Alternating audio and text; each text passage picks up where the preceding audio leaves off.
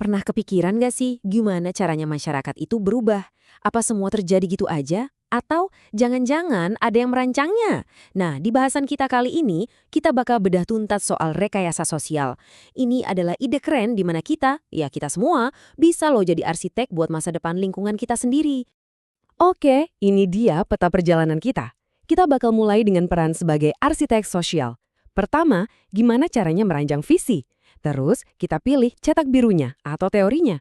Setelah itu, kita masuk ke fase konstruksi, alias aksi nyata. Tapi kita juga harus waspada sama jebakan yang bisa bikin proyek gagal. Dan terakhir, kita cari kunci biar bangunan sosial kita ini awet dan berkelanjutan. Sip, kita mulai dari fondasinya dulu ya. Intinya gini, perubahan sosial yang positif itu bukan kebetulan. Sama sekali bukan. Perubahan itu bisa dan bahkan seharusnya dirancang secara sadar dan sengaja. Oke, di sini ada dua istilah penting yang perlu kita bedain. Coba bayangin deh, perencanaan sosial itu kayak blueprint besarnya dari seorang arsitek. Isinya strategi gimana bikin lingkungan kita nyaman ditinggali. Misalnya, ada sekolah yang bagus, puskesmas yang oke, taman yang aman.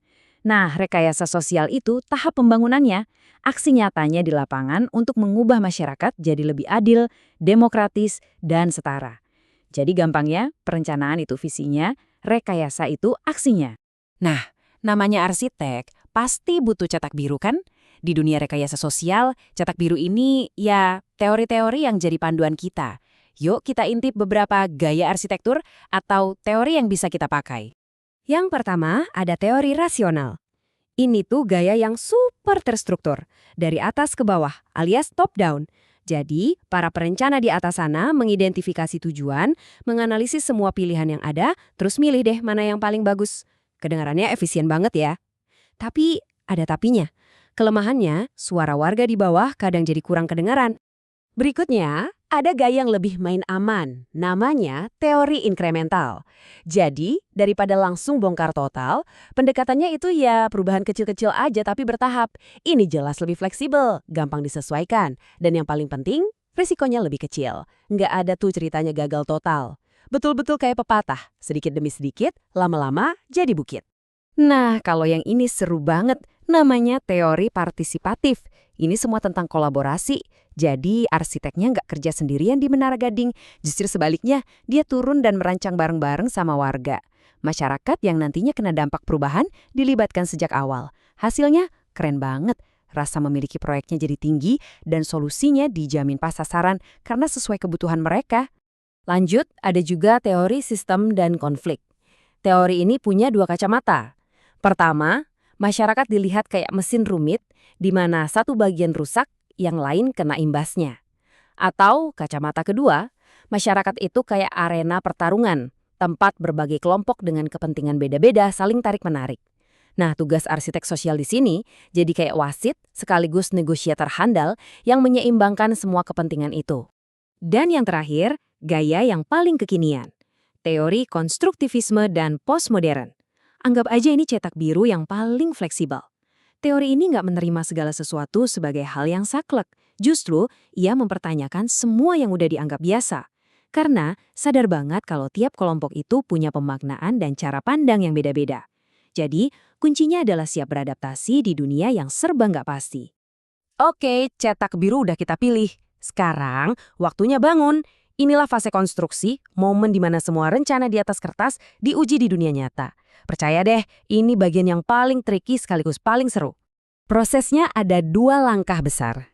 Langkah pertama, ini yang seringkali paling susah, yaitu membangun kesadaran kritis. Menurut pakar rekayasa sosial kita, Jalaluddin Rahmat, kuncinya ada di komunikasi.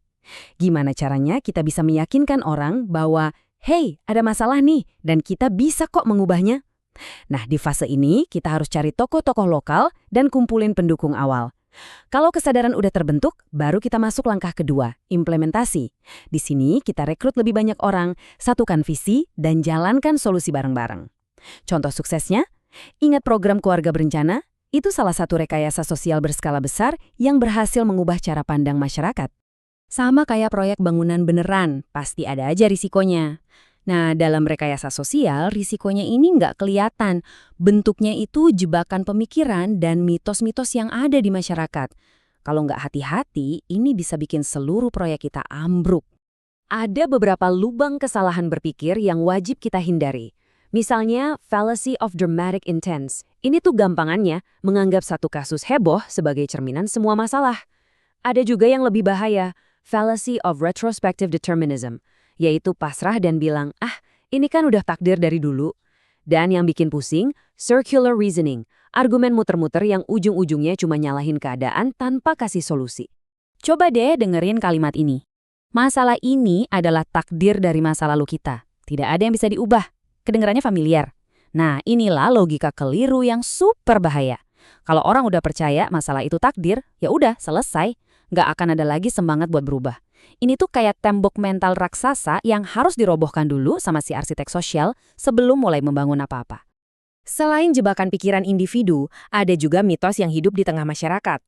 Misalnya, mitos Devian, ini anggapan kalau setiap ide baru itu pasti mengganggu kestabilan yang udah ada. Ada juga mitos trauma, kepercayaan kalau perubahan itu pasti ujung-ujungnya bikin krisis atau kekacauan. Wah, ini sih narasi-narasi lama yang harus kita dobrak bareng-bareng. Oke, kita sudah melewati tahap perencanaan, pembangunan, sampai menaklukkan berbagai rintangan. Sekarang kita sampai di bagian akhir yang nggak kalah pentingnya. Gimana caranya memastikan bangunan sosial yang udah kita bangun ini berdiri kokoh dan tahan lama. Jadi kesimpulan utamanya ini teman-teman. Perubahan sosial yang berhasil itu bukan sulap, bukan sihir. Coba lihat gerakan wajib belajar yang mengubah wajah pendidikan di negara kita. Itu bukan kebetulan. Semua itu adalah hasil dari sebuah desain yang cerdas dan disengaja. Kuncinya adalah punya rencana yang matang, berani melaksanakannya, dan selalu awas sama jebakan-jebakan pemikiran yang nggak kelihatan. Dan ini membawa kita ke pertanyaan terakhir yang saya tujukan buat Anda. Setelah kita melihat semua prosesnya dari A sampai Z, sekarang bayangkan sejenak. Kalau Anda adalah seorang arsitek sosial, perubahan pertama apa yang akan Anda bangun di komunitas Anda sendiri? Coba deh pikirkan.